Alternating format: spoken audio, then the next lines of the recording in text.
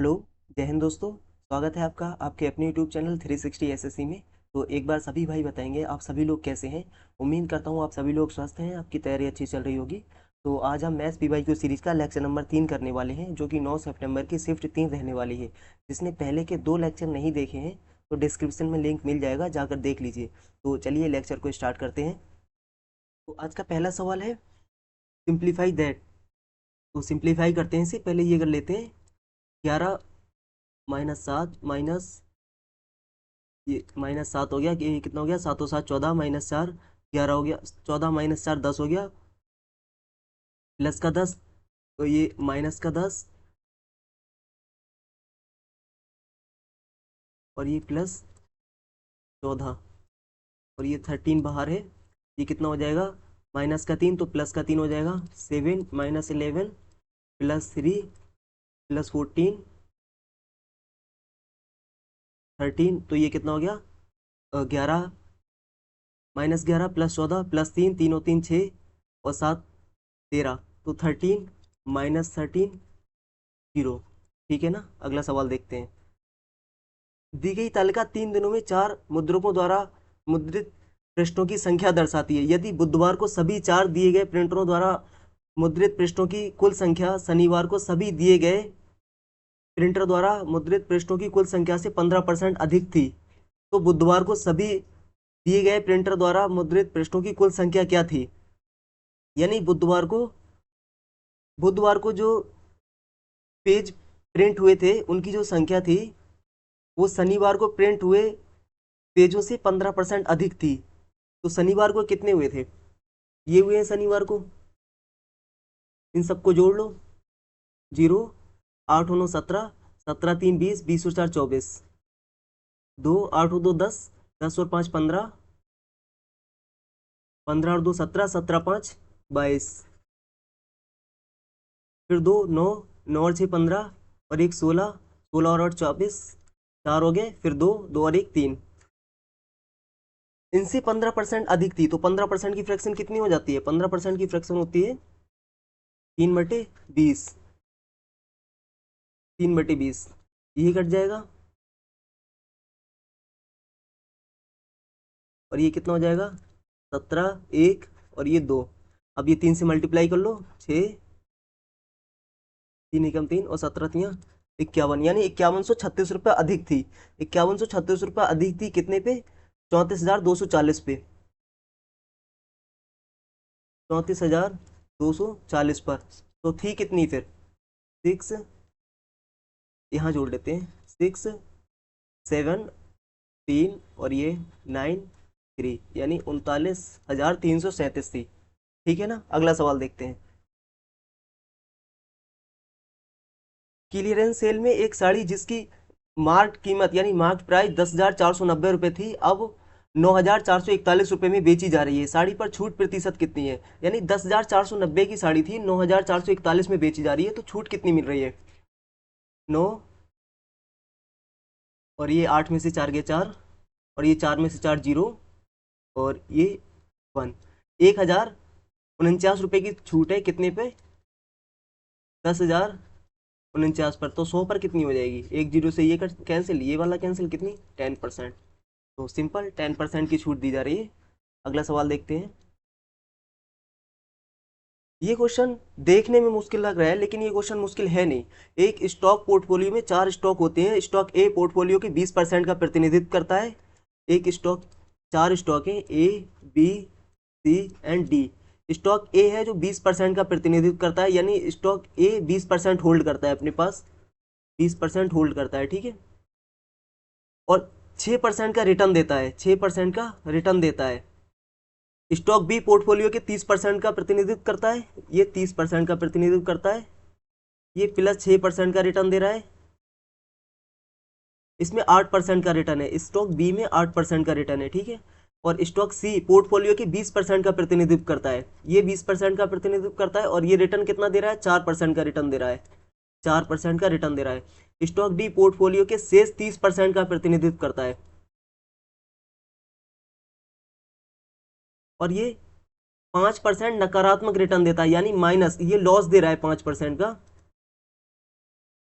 Portfolio का औसत return क्या है, पोर्टफोलियो का औसत रिटर्न क्या हो जाएगा, इन सब का रेशो ले लो,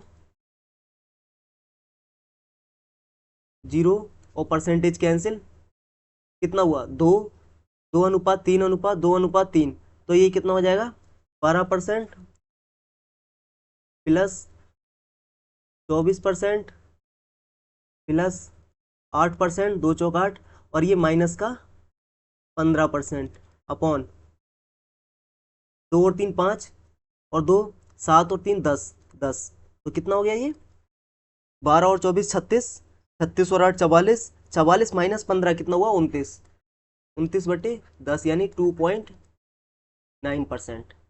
ठीक है ना। अगला सवाल देखते हैं। एक पाइप एक ऊपरी टंकी को 12 घंटे में भर सकता है, लेकिन तल पर रिसाव के कारण यह 18 घंटे में भर जाता है।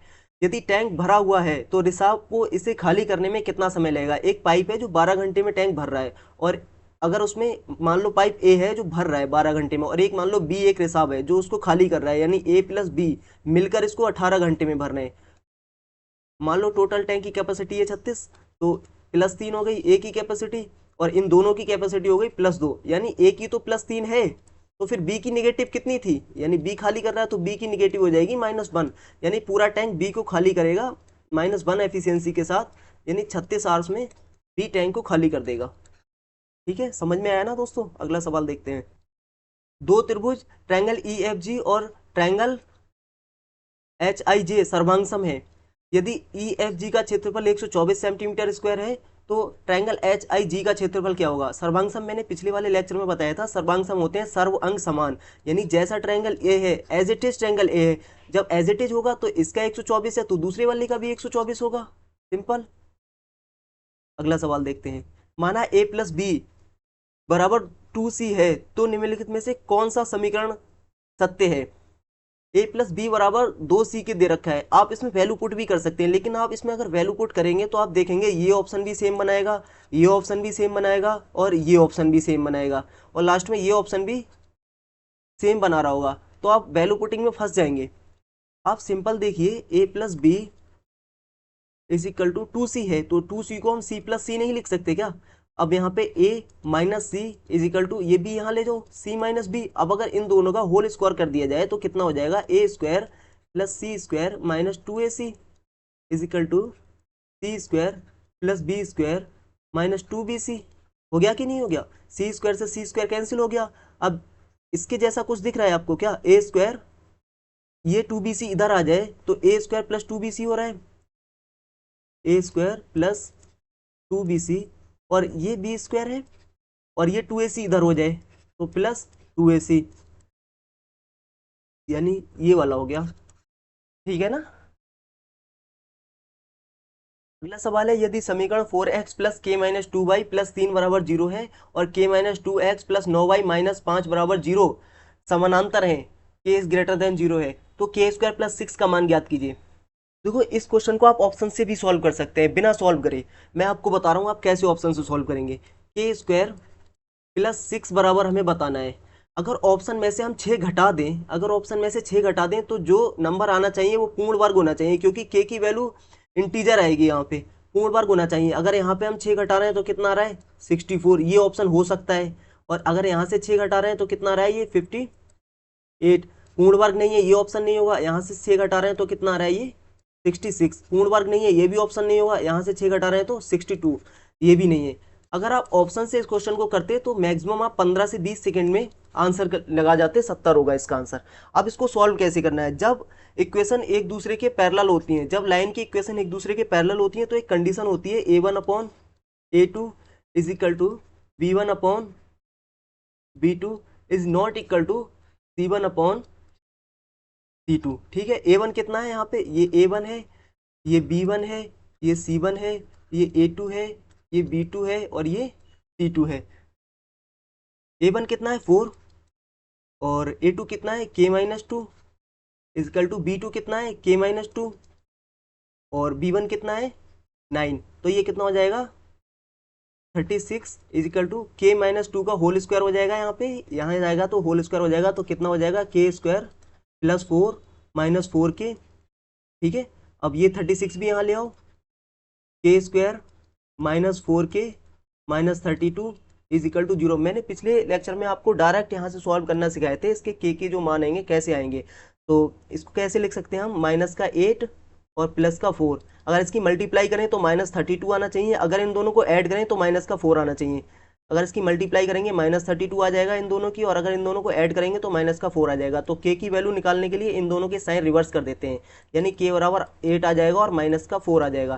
तो -4 नहीं ले सकते क्योंकि कंडीशन दे रखी है के 0 से बड़ा है। तो के की वैल्यू कितनी हो जाएगी, के की वैल्यू 8 हो जाएगी। ठीक है ना दोस्तों। जब के की वैल्यू 8 हो गई तो के स्क्वायर कितना हो जाएगा, 64 +6, इसकी वैल्यू बताना थी, 70 हो गई। आ गया ना 70।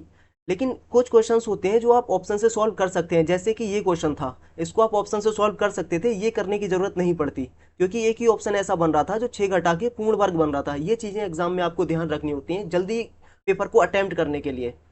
यही अप्रोच होती है, इसके अलावा कोई ट्रिक ब्रेक नहीं होती है। ये अप्रोच होती है जो आपको सीखना होती है एग्जाम में, और ये आप मॉक से सीखेंगे, ये आप क्वेश्चंस अटेम्प्ट करके सीखेंगे। ठीक है। तो मैं आपको लाइन के 3 कॉन्सेप्ट होते हैं वो बता दे रहा हूँ जिससे हमेशा क्वेश्चंस बनते हैं। देखो लाइन की अगर एक हम लाइन मान लें L1, इसको मान लें हम A1x plus B1y plus C1 is equal to 0, और एक दूसरी लाइन मान लें हम L2, इसको A2x plus B2y plus C2 is equal to 0। तो पहली जो लाइन का कॉन्सेप्ट होता है कि लाइन एक दूसरे को इंटरसेक्ट करेंगी, तब क्या होता है, जैसे एक लाइन है ये L1 है, ठीक है, और ये L2 है। अगर ये एक दूसरे को इंटरसेक्ट कर रही हैं तो इसका एक यूनिक सॉल्यूशन होगा। ये जो दिख रहा है यहाँ इस पॉइंट पर, इसका एक यूनिक सॉल्यूशन निकलेगा। तो इस केस में क्या होता है, जब एक दूसरे को इंटरसेक्ट कर रही होती है, लाइन एक दूसरे को इंटरसेक्ट करें तो इसका एक यूनिक सॉल्यूशन निकलता है। क्या होता है, यूनिक सॉल्यूशन।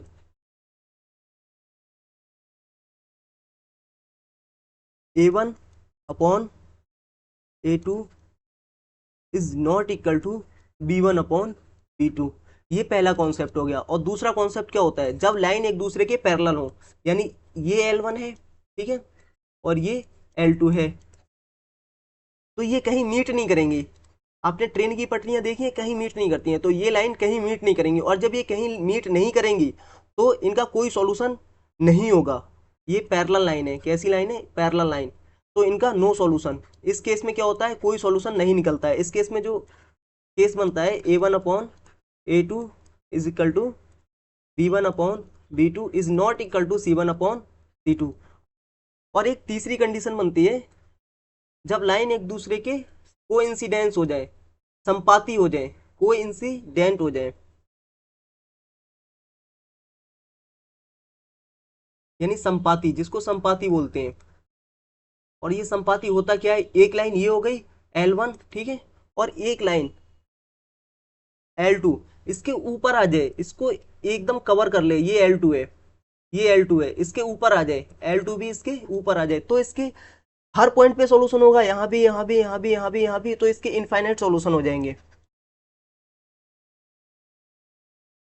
और इस केस में जो रिलेशन बनता है A1 upon A2 is equal to B1 upon B2 is equal to C1 upon C2। इन 3 से क्वेश्चन पूछे जाते हैं, आप इन 3 को याद कर लीजिए। उम्मीद करता हूँ कि ये आपको समझ में आ गया होगा। अगला सवाल देखते हैं। दी गई तालिका का अध्ययन करें और नीचे दिए गए प्रश्नों का उत्तर दें। दी गई तालिका 4 वर्षों में अर्थात C1, C2 और C3 कंपनियां, 4 कंपनियां अर्थात C1, C2, C3 और C4 द्वारा टी शर्ट के उत्पादन को दर्शाती हैं। इन 4 वर्षों के दौरान किस कंपनी का टी शर्ट का औसत उत्पादन अधिकतम था। देखो एवरेज क्या होता है, एवरेज बराबर होता है सम बटे नंबर, होता है कि नहीं होता है। तो नंबर तो बराबर है सबके, 1 2 3 4। अगर जिसका सम ज्यादा होगा उसी का एवरेज ज्यादा होगा, तो एवरेज नहीं निकालेंगे, सीधे हम सम निकाल लेंगे। तो C1, C2 और C4 में सम में 200 200 200 तो है ही, तो 200 को इग्नोर करके सिर्फ ये वाला जोड़ लेते हैं हम, 40 48, और जो इस टाइप के नंबर दे रखे हैं। तो ये कितना हो गया, C1 का टोटल कितना हो जाएगा, 8 3 11, 11 2 13 2 15 5, और ये कितना हो जाएगा 1 5 5 4 9, 9 3 12, 12 और 4 16, 165 हो गया C1। 200 200 तो सब में कॉमन है ना, तो उसमें तो कोई फर्क पड़ेगा नहीं, 165 हो गया। और C2 कितना हो जाएगा, 9 4 13 4 17, 1 5 3 8, 8 4 12, 12 और 4 16, 167 हो गया। यानी अब C1 तो होगा नहीं आंसर। अब C3 देखते हैं, 6 4 10 5 15, 5 3 8, 3 11 और 4 14, 145 हो गया। यानी C3 भी नहीं होगा, C3 भी कट गया। C4 कितना हो जाएगा, 8 और 2 10, 5 3 8, 8 4 12, 4 16, तो कितना हो गया 160। ये भी नहीं होगा, तो 167 C2। यानी C2 का सम ज्यादा है, तो जब सम ज्यादा है तो इसका एवरेज ज्यादा होगा। यही तरीके होते हैं एग्जाम में लगाने के। अब आप इसका एवरेज नहीं निकालेंगे, हाँ 4 से डिवाइड कर रहे हैं, इसको 4 से डिवाइड कर रहे हैं, कोई मतलब नहीं है ना उस सबका, क्योंकि एट द एंड जिसका एवरेज ज्यादा है उसी का, जिसका सम ज्यादा है उसी का एवरेज ज्यादा आएगा। अगला सवाल देखते हैं, ये इंग्लिश में दे रखा है।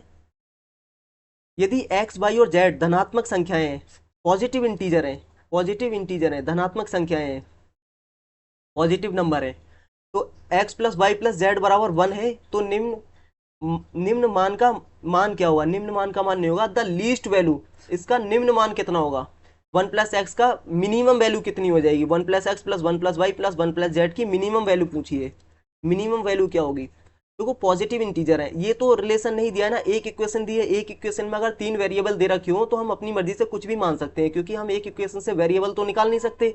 तीन, जब 3 वेरिएबल दे रखे हैं उनके मान तो निकलेंगे नहीं, तो हम अपनी मर्जी से एक्स वाई और जेड को 1/3 और 1/3 1/3 रख लेते हैं, क्योंकि 1/3 प्लस 1/3 प्लस 1/3 कितना, ये 1 बन रहा है, सेटिस्फाई हो रही है ना। और ये हमें कुछ भी रिलेशन दिया नहीं है कि बराबर है नहीं है, तो हमें मानना तो पड़ेगा। तो 1/3 प्लस 1/3 प्लस 1/3 कितना हो गया, 1 हो गया। यानी एक्स वाई और जेड की जो वैल्यू आ गई वो 1/3 आ गई, तो 1/x की वैल्यू कितनी आ जाएगी, 3। ऐसी 1/y की +3, 1/z की +3, तो मिनिमम वैल्यू कितनी आ जाएगी, 9। ये इसकी मिनिमम वैल्यू आ जाएगी, क्योंकि पॉजिटिव इंटीजर दे रखे हैं, हम कुछ भी निगेटिव नहीं ले सकते, वरना हम निगेटिव लेके भी रख सकते थे, लेकिन यहाँ दे रखा है पॉजिटिव इंटीजर है। समझ में आया ना।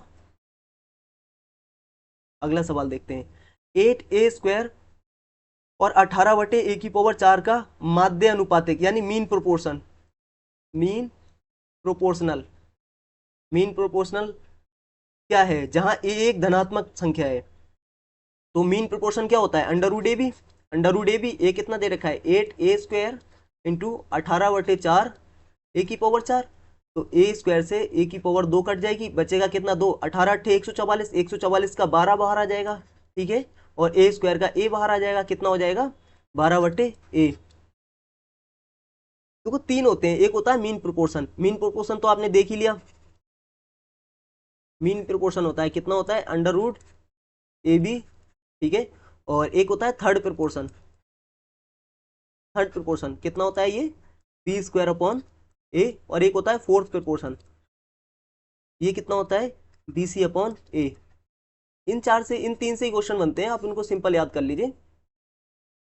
अगला सवाल देखते हैं, एक बेईमान दुकानदार है जो 25 किलो की दर से नमक बेचने का दावा करता है, नमक का क्रय मूल्य भी 25 रुपए है। जब 25 रुपए क्रय मूल्य 25 रुपए में बेच रहा है तो कोई प्रॉफिट नहीं होता होगा। इससे संतुष्ट नहीं होने पर वह प्रत्येक किलोग्राम से 200 ग्राम निकाल कर लाभ कमाने का प्रयास करता है। दुकानदार का लाभ प्रतिशत क्या होगा, देखो ये 25 चाहो तो लिख लो, वो तो कैंसिल हो जाएगा जब 25 25 दोनों साइड में, 200 ग्राम निकाल रहा है, यानी 1000 होता है 1 kg में, तो 200 निकाल रहा है 800, यानी 1000 की जगह वो 800 ग्राम माल दे रहा है, तो उसका प्रॉफिट कितना होगा, ये तो 1 1 हो जाएगा, ये 2 जीरो से 2 जीरो कैंसिल, और ये 4 से 5 आ जाएगा, तो कितना, एक का प्रॉफिट कितने पे, 4 पर, और 1/4 कितना होता है, 25%, 1/4 इंटू 100 कितना होता है, 25%, 25% आंसर हो जाएगा इसका, ठीक है ना। अगला सवाल देखते हैं, यदि ये नंबर है 784 5 K 850 11 से डिविजिबल है, तो K का मान क्या होगा। देखो 11 से डिविजिबिलिटी का रूल आप सबको पता होगा, 845K 854, आप क्या करते होंगे, इवन और ऑड प्लेस जोड़ते होंगे, जैसे आपने ये दोनों जोड़ लिए, ठीक है, इसके बाद ये, इसके बाद ये, ऐसे करते हैं ना आप, कितना हो जाएगा, ये 7 4 11, 11K, और ये 16, 16 + K, और इसका डिफरेंस दूसरे वाला इवन ऑड वाला जोड़ दो, 8 5 13, 13 8 21, 21 4 25, ये 25 हो गया।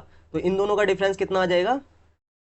16 25, 9 माइनस के, 9 माइनस के, तो के की वैल्यू कितनी आ जाएगी? 9, क्योंकि दोनों का या तो 11 होना चाहिए या 0 होना चाहिए, 11 तो बन नहीं रहा है, तो के की वैल्यू 9 रख के 0 बना सकते हैं हम। लेकिन इसको आप इस तरीके से ना जोड़ के एक और अच्छा मेथड होता है, इसी से ड्राइव होता है, बट थोड़ा सा एक लाइन में करने के लिए 4 5 के 8 5 4, अगर 11 से मल्टी 11 का डिविजिबिलिटी रूल आप सिंपल यहाँ से घटा, इस वाले डिजिट से आप स्टार्ट करिए और इसमें से ये घटाइए और जो आ रहा है वो साइन के साथ लिखिए।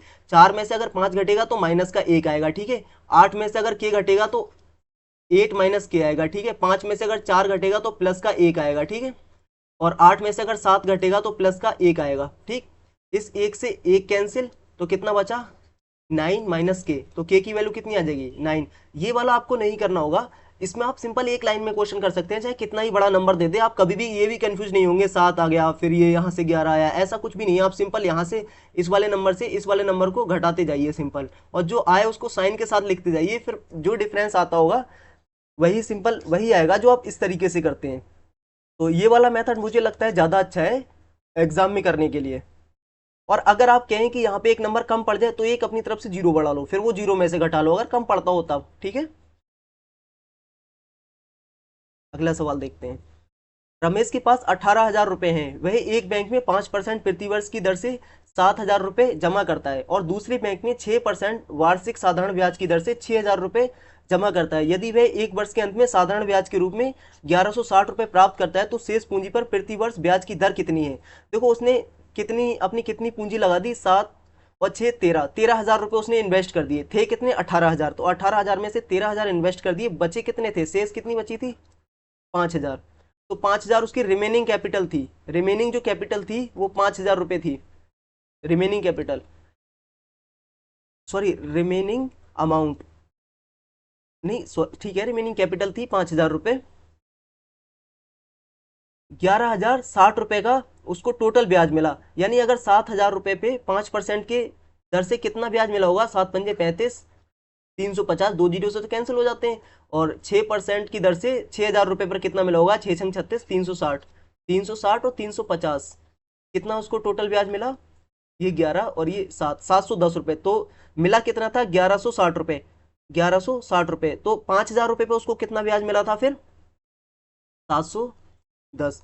तो 5,000 पे उसको मिला था 450, 450 रुपए ब्याज मिला है 5,000 रुपए पे, तो 100 पे कितना मिलेगा? यही तो उसकी रेट ऑफ इंटरेस्ट हो जाएगी, 2 जीरो, और ये 9%, 9%। तो रिमेनिंग पर उसने 9% की दर से इन्वेस्ट की थी, ठीक है, समझ में आया ना।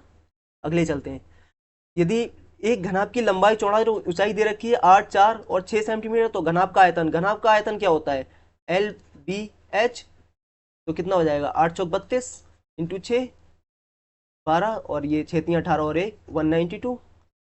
इतने आसान क्वेश्चन भी आते हैं एग्जाम में, ठीक है। अगले देखते हैं। 10 सेंटीमीटर त्रिज्या और 30 डिग्री कोण वाले वृत्त के खंड का परिमाप क्या है? इसमें आप अप्रोक्सीमेशन या 11 का मल्टीपल नहीं लगा सकते, क्योंकि पाई की वैल्यू 3.14 दे रखी है और दशमलव के एक स्थान तक पूछा है। तो ये है क्या? बेसिकली ये दे रखा है, ये किसी वृत्त का कोई खंड है, ये 30 डिग्री का एंगल है और इसकी त्रिज्या है 10 और ये 10। इसका परिमाप पूछा है, इस पूरे खंड का परिमाप, यानी ये भी, ये और ये सारा पूछा है, ये सब कितनी हो जाएगी? ये तो हो जाएगी 20, लेकिन ये कितनी हो जाएगी? Length of arc, length of arc का फार्मूला मैंने आपको कल बताया था, theta upon 180, theta upon 180 into pi R. तो थीटा कितना है? 360, वो 30, सॉरी 180 इंटू पाई लेना है आपको 3.14, और आर कितना है? 10 सेंटीमीटर। तो ये कैंसिल और ये 6 आ जाएगा, ठीक। और ये अगर 2 से काट दिया जाए तो ये कितना आ जाएगा? 3, और ये कितना आ जाएगा? 5। तो कितना हो जाएगा? 5 चौक 20, 5 एकम 5 2 7, और ये 5 तिया 15, और 2 के बाद पॉइंट लगा दो, 15/15.70/3, ठीक है। और प्लस इसकी लेंथ आ गई 15.70, और प्लस इन दोनों को भी जोड़ दो 20 और बटे ये 30 था। तो आपको ये नहीं दिख रहा है कि 3 पंजे 15, 5 से थोड़ा सा ज़्यादा आ जाएगा, ये 5 से थोड़ा सा ज़्यादा आएगा, 5 पॉइंट समथिंग, और ये 20 है तो 20 और 5 25, 25 पॉइंट समथिंग आएगा। ठीक, अगला सवाल देखते हैं। ग्राफ में 2018 में 3 कंपनियों द्वारा रेफ्रिजरेटर के उत्पादन को दर्शाता है। कंपनी सी द्वारा उत्पादित रेफ्रिजरेटर कुल उत्पादन का कितना परसेंट है? कंपनी सी द्वारा प्रोडक्शन कितना है? 150। कुल उत्पादन का, कुल उत्पादन कितना हो जाएगा? 100, 200, 300, ठीक, और ये 350, 390 और 90, 480। 150, 480 का कितना परसेंट है, ये पूछा है। 3 से काट दो, 5/16। अब आपको सिंपल ये बताना है, ये 2 जीरो बढ़ा लो, तो ये कितना जाएगा? 16×3 = 48, और कितना बचा? 2 जीरो, 16×1 = 16, यानी 31 पॉइंट समथिंग आ रहा है। 31 पॉइंट समथिंग एक ही आंसर में, एक ही ऑप्शन में, सॉरी, वही आंसर हो जाएगा। आगे सॉल्व नहीं करना है आपको, जब देख रहा है कि 31 पॉइंट समथिंग एक ही में है तो वही आंसर हो जाएगा। ठीक है ना? ये तरीके लगाना होते हैं आपको एग्जाम में, एग्जैक्ट कैलकुलेशन नहीं करना होती है। ठीक है, ये इंग्लिश में है। ये निम्न तालिका दी गए वर्षों में कुल एक दुकान द्वारा विभिन्न प्रकार के हेलमेट की बिक्री को दर्शाती है। 1999 की तुलना में 2002 में हेलमेट सी की बिक्री में प्रतिशत वृद्धि कितनी है? 1999 में सी में 54 हेलमेट बिके थे, और 2002 में 64, यानी 54 से बढ़ के, 54 से कितना बढ़ गया? 14। ये बताना है कितना बढ़ा ये, और 100 पे कितना। तो अगर इसको डिवाइड करेंगे तो कितना हो जाएगा? ये 7/27 इंटू 100। अगर आप देखें 27 का कितना परसेंट है, तो ये सब 25% के आसपास ऑप्शन है, तो 27 का 25% निकालते हैं। 25% की फ्रैक्शन होती है 1/4। 27 का 1/4 कितना आ जाएगा? ये 6×4 = 24, और ये कितना बचा? 3 और 7, 3 और 0 कितना हुआ? 30, सॉरी 3 बचा, तो ये कितना आ जाएगा? 6.7×4 = 28, 7, 6.7, 6.7, 25% है, 6.7। अगर 27 का 1% निकालें, 1% हो जाएगा 2.7, तो ये कितना हो जाएगा? 6.97, यानी 25% हो जाएगा इसका 6.97।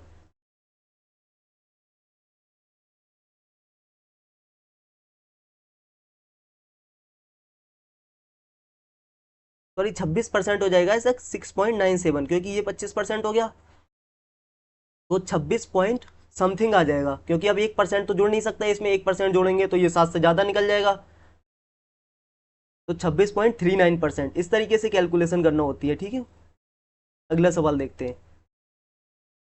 उस क्षेत्र का क्षेत्रफल ज्ञात कीजिए जिसका परिमाप 64/3 सेंटीमीटर है और केंद्रीय कोण 60 डिग्री है। देखो, मैंने पिछले वाले लेक्चर में आपको बताया था कि ऑप्शन पहले देखिए 11 का मल्टीपल, और वो भी एज इट इज ऑप्शन थे, ये भी एज इट इज ऑप्शन है। तो आपको 11 का मल्टीपल केवल एक ही ऑप्शन में दिख रहा है, आप इसको बिना सॉल्व किए आगे बढ़ सकते हैं, क्योंकि 11 कटेगा नहीं यहाँ से, क्योंकि कुछ और ऐसा है नहीं जो 11 बन रहा हो जिससे 11 कट जाए। ठीक है, क्योंकि ये 64/3 है, इसमें 11 नहीं है, ये 60 डिग्री है, इसमें 11 का कोई रोल नहीं है, तो यही आंसर हो जाएगा इसका। और ये एज इट इज ऑप्शंस हैं, और पिछले वाले में भी एज इट इज ऑप्शंस थे। 2024 में बहुत सारे क्वेश्चंस ऐसे आए थे जो 11 के मल्टीपल से ही सॉल्व हो रहे थे। लेकिन अगर आपको इसका सॉल्यूशन निकालना है तो निकाल लीजिए, परिमाप दे रखा है उसका कितना है? 64/3, यानी फिर से वही वाला केस बन रहा है, ये है, ये 60 डिग्री है, ये आर है, ये वाला आर है, और ये कितना? लेंथ ऑफ आर्क, तो length of arc plus 2r मिलके कितना हो रहा है? 64/3। तो ये लेंथ निकालने के लिए हम क्या करते हैं? θ/180 इंटू पाई आर करते हैं, यानी 22/7, और आर, ये हो गई ना ये वाली लेंथ, इतनी लेंथ निकालने के लिए ये हो गई, और प्लस 2r, ये 2r है, ये दे रखा है 64/3 के बराबर, क्योंकि हमें आर चाहिए होगा ना, तभी तो हम इसका एरिया निकाल सकते हैं। तो थीटा कितना दे रखा है? 60, इस थीटा की जगह हम यहाँ 60 रख सकते हैं, ये 60 दे रखा है, तो ये कितना हो जाएगा? 3। ठीक, तो अगर यहाँ से आर कॉमन ले लें तो अंदर कितना बचेगा, 22/21 प्लस 2 बराबर 64/3। तो ये कितना हो जाएगा, 21 दूनी 42, 42 और 22 कितना हो जाएगा, 64। 64/21 बराबर कितना हो जाएगा, 64/3। तो ये 64 से 64 कैंसिल, और यहाँ पे आर तो है ही इंटू में, और ये 7 बार, यानी आर की वैल्यू जो आ गई वो 7 आ गई। और जब आर 7 हो गया तो इसका एरिया कितना हो जाएगा, theta upon 360 into pi R square. तो थीटा कितना है, 60 पाई कितना है, 22/7, और आर स्क्वायर कितना हो जाएगा, 49। तो ये 0 से 0, और ये कितना आ जाएगा 6, ये आ जाएगा 7, और इसको काट लो 3 से 2 बार, सॉरी 2 से 3 बार, इसको 11 बार, तो कितना हो जाएगा 77/3। लेकिन आप इसको ऑप्शन से आराम से कर सकते थे, आपको ये सब कुछ करने की जरूरत नहीं थी, लेकिन इसका सोल्यूशन यही होगा। ठीक है ना दोस्तों, समझ में आया। पहले आप ऑप्शन जरूर देखिए, मुझे पता है कि एग्जाम में एग्जाम प्रेशर होता है, ऑप्शन नहीं देख पाते हैं, लेकिन फिर भी आप ऑप्शन पे एक बार जरूर नजर मारें जब इस तरीके का क्वेश्चन आपको दिखाई दे। ठीक है, अगले चलते हैं। एक चोर ने 600 मीटर की दूरी पर एक पुलिसकर्मी को देखा, चोर भागने लगा और पुलिस वाले ने उसका पीछा किया। चोर और पुलिसकर्मी क्रमशः 12 किलोमीटर पर आवर और 15 किलोमीटर पर आवर की गति से दौड़ रहे हैं। पुलिसकर्मी को चोर को पकड़ने के लिए आवश्यक समय मिनटों में कितना है। तो 600 मीटर की डिस्टेंस से सेम डिस्टेंस पे दौड़ते होंगे तभी तो पकड़ेंगे ना। एक के पीछे एक दौड़ रहा होगा तो रिलेटिव स्पीड कितनी आ जाएगी, 15 माइनस 12, यानी 3 किलोमीटर पर आवर हो गई। इसको मीटर प्रति सेकंड में बनाओ, 5/18, ये मीटर प्रति सेकंड, यानी इतने सेकंड का टाइम लगेगा, इतने सेकंड का टाइम लगेगा। अब इसको मिनट में बनाना है तो बटे 60 इंटू 60 से, और मल्टी इंटू 60 से डिवाइड कर दो। अब ये सीधे मिनट में हो जाएगा, तो ये हो जाएगा 6 से ये कैंसिल 10 हो गया, और ये 1 0 से 1 0, और 12 पंजे 60, यानी 12 मिनट लगेंगे। ठीक है, 12 मिनट का टाइम लगेगा। अगला सवाल देखते हैं। यदि ए एक न्यून कोण है तो निम्नलिखित में से कौन सा sine A upon 1 plus cos A होगा। देखो साइन ए कितना होता है, sine A upon 1 plus cos A simple होता है किसके बराबर, 1 माइनस कॉस अपॉन साइन के। आता कैसे है ये, मैंने आपको एक आइडेंटिटी पढ़ाई थी पिछले लेक्चर में, sine square A plus cos square A is equal to कितना होता है, 1 होता है। अगर हम साइन स्क्वायर ए को यहीं रखें, साइन स्क्वायर को मैं सिंपल एस लिख रहा हूँ, और ये बराबर हो जाएगा 1 माइनस कॉस स्क्वायर के। तो साइन स्क्वायर 1 माइनस कॉस कितना हो जाएगा, 1 माइनस कॉस, और ये 1 minus cos square 1 plus cos, क्योंकि इसमें तो स्क्वायर लगा ही सकते हैं ना। तो कितना हो जाएगा, अगर इसको एक साइन, ये साइन स्क्वायर है ना, तो एक साइन के नीचे 1 माइनस कॉस ले आओ, और 1 प्लस कॉस के नीचे साइन ले जाओ। ठीक है, ये आइडेंटिटी हो गई। और सेम ऐसे ही क्या बनता है, cos upon 1 plus sine is equal to होता है 1 माइनस साइन अपॉन कॉस। अगर साइन को इधर ले जाओ तो ये वाली आइडेंटिटी बन जाती है। ये रिजल्ट आपको डायरेक्ट याद रखने हैं, ये सब कुछ करना नहीं है, ये डायरेक्ट रिजल्ट याद रखिए।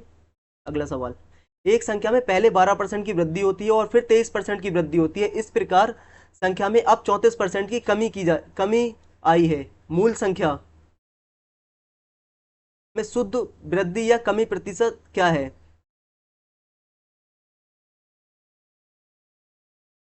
तो पहले 12% की वृद्धि होती है, फिर 23% की वृद्धि होती है। सक्सेसिव लगा दो पहले इन दो नंबर पे, 12 पर और 23 पर, कितना हो जाएगा, 12 और 23 35। मैंने सक्सेसिव पहले बता दिया है ना, x plus x by 100 plus 12 into 23, 12 into 23 upon 100। तो ये कितना आ जाएगा, अगर इसको देखा जाए तो ये कितना हो जाएगा, 12 3 36, और 3 12 2 24, और 3 27, और ये 2 के बाद पॉइंट लग जाएगा, यानी 37.76%। अब कितना हो गया, अब 34% की कमी कर दो तो कितना हो जाएगा, A plus B, A minus A B upon 100%। तो कितना हो जाएगा, 34 घटा दो इसमें से, 3.76% माइनस 37.76% इंटू 34% अपॉन 100। अब देखो ये तो पता है कि डिक्रीज होगा, ठीक है, इंक्रीज नहीं होगा, यानी ये दो ऑप्शन हट गए। अब ये 10% है और ये 9% है, और निकटतम पूर्णांक तक बताना है, यानी आपको दिख रहा है कि ऑप्शन बहुत क्लोज है। आप बहुत ज़्यादा अप्रोक्सीमेशन नहीं खेल सकते इसमें, आपको ऑप्शन गलत होने के बहुत चांस है, लेकिन आप इसको कैलकुलेशन ब्रेक मेथड से इसकी कैलकुलेशन कर सकते हैं। ईजिली आप इसकी कैलकुलेशन कर सकते हैं कैलकुलेशन ब्रेक मेथड से, या फिर आपको इसको 17 × 2 भी लिख सकते हैं, उससे भी कैलकुलेशन आसान हो जाएगी। लेकिन आप इसको 30 + 4 लिख लेंगे तो ज़्यादा आसान हो जाएगी। ये आपको लिखना नहीं होता है, मैं फिर बता रहा हूँ। ये कैलकुलेशन आपको माइंड में करनी होती है। तो अगर आप पहले इसकी 3 से कैलकुलेशन करेंगे, 37.76 की, तो कितनी हो जाएगी ये? 6×3 = 18, 0, और 3×7 = 21 और 2 22, 2 3×7 = 21 और 2 23, 3×3 = 9 और 2 11, ये हो गई। और 2 के बाद पॉइंट आ जाएगा, यानी इतना आ गया। और अब फिर इसकी 4 से मल्टीप्लाई कर लो तो कितनी हो जाएगी? 4 0 पॉइंट 1, और ये कितना आ जाएगा? ये आ जाएगा 15, यानी 151.04। इसको ऐड कर लो, 4 3 8 2 और ये 1। अब नीचे 100 है तो 2 के बाद पॉइंट लगा दो, यानी 12.8384। तो ये माइनस का है, ये प्लस का है। अगर इन दोनों को 12.83 सॉरी 12.8384 में से अगर 3.76 घटा दें, क्योंकि ये माइनस का है ना, तो ये कितना आ रहा है?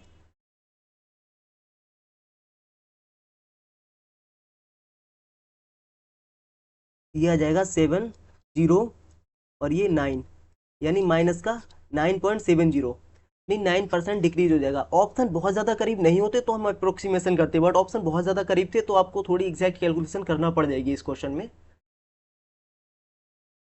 अगला सवाल, यदि 7 sin θ + 4 cos θ upon 9 sin θ - 2 cos θ बराबर 5/4 है, तो tan² θ + 5/tan² θ - 5 का मान क्या होगा? तो आप इसकी क्रॉस मल्टीप्लाई कर लीजिए पहले तो। 20 7 चौक 28, साइन को मैं एस लिख रहा हूँ, आप भी एग्जाम में इसी तरीके से लिखा करें, साइन को एस और कॉस को सीधे सी। 16c = 5 नेम 45 साइन और -10 कॉस। तो ये कितना आ जाएगा? ये 10 इधर आ जाएगा, 26 कॉस = कितना आ जाएगा? 17, 45 में से 28 जाएगा तो 17 साइन। ठीक है, तो साइन बटे कॉस कितना हो जाएगा? साइन बटे कॉस हो जाएगा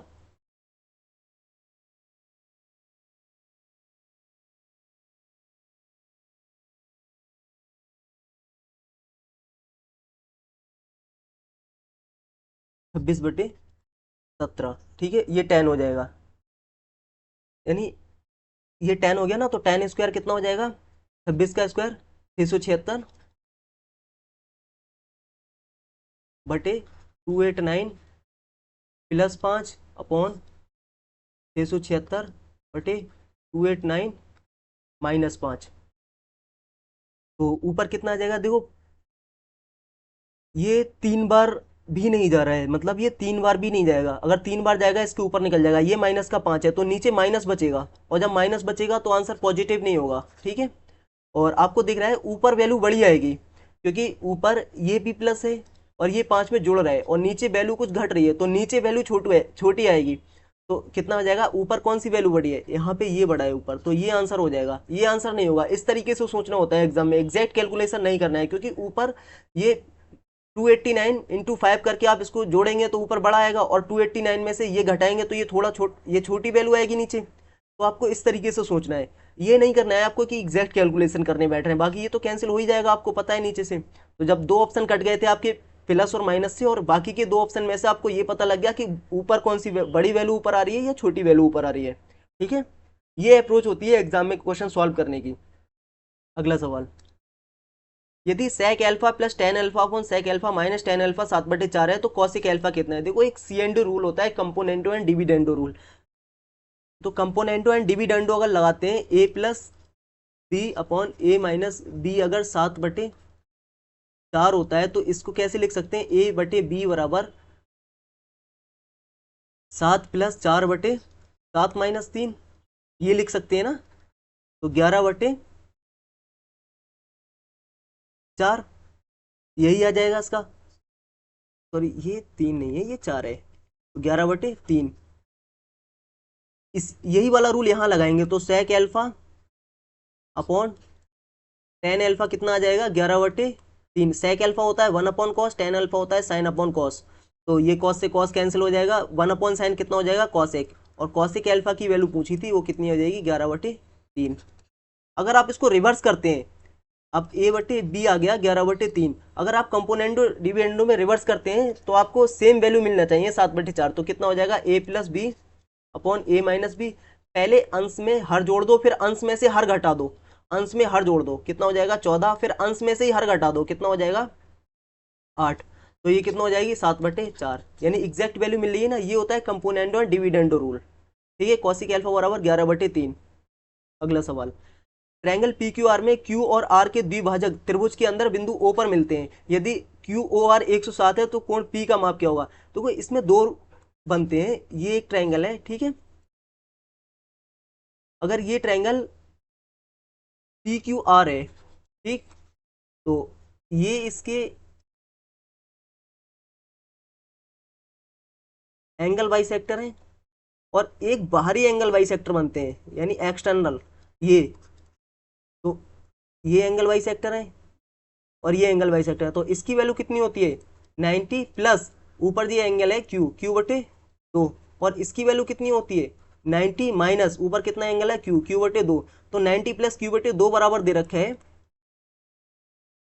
107, और क्यू की वैल्यू पूछी है तो 107 वहां जाएगा कितना हो जाएगा 17, और क्यू बराबर कितना हो जाएगा 17 दूनी 34। ठीक है। एंड अगर दोस्तों लेक्चर पसंद आया हो तो प्लीज़ वीडियो को लाइक कर दीजिए और चैनल को सब्सक्राइब कर लीजिए। और थैंक यू सभी लोगों का बहुत बहुत। हमारे 500 सब्सक्राइबर कंप्लीट हो चुके हैं, आप ऐसे ही सपोर्ट करते रहिए। थैंक यू, मिलते हैं अगले लेक्चर में। Okay, bye bye.